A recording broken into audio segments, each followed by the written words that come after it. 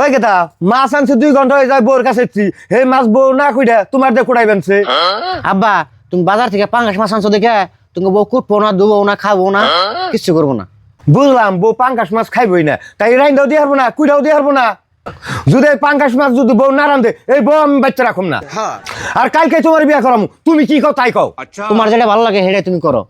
ও বউকেতা কালকে আমি পাত্রী দেখবা নিছি।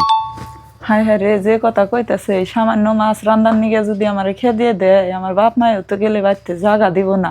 আর যে রাগিল হসুর মুখ দিয়ে যেটা কয় হেরাই করে, যাই তাড়াতাড়ি মাছ কড়া কুইড়া দিয়ে রান্ধে দিগে।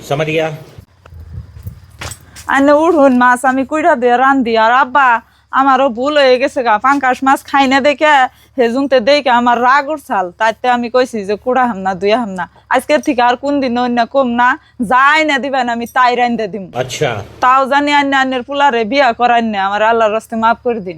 আর বউ ফার্স্টের বার দেখা মাফ করে দিলাম, আর এমনি ভুল কাম করো না। ठीक है। ও বাবা আর এমনি ভুল কোনোদিনও করুম না। উড়ুন এমনি। হ্যাঁ কুড়ো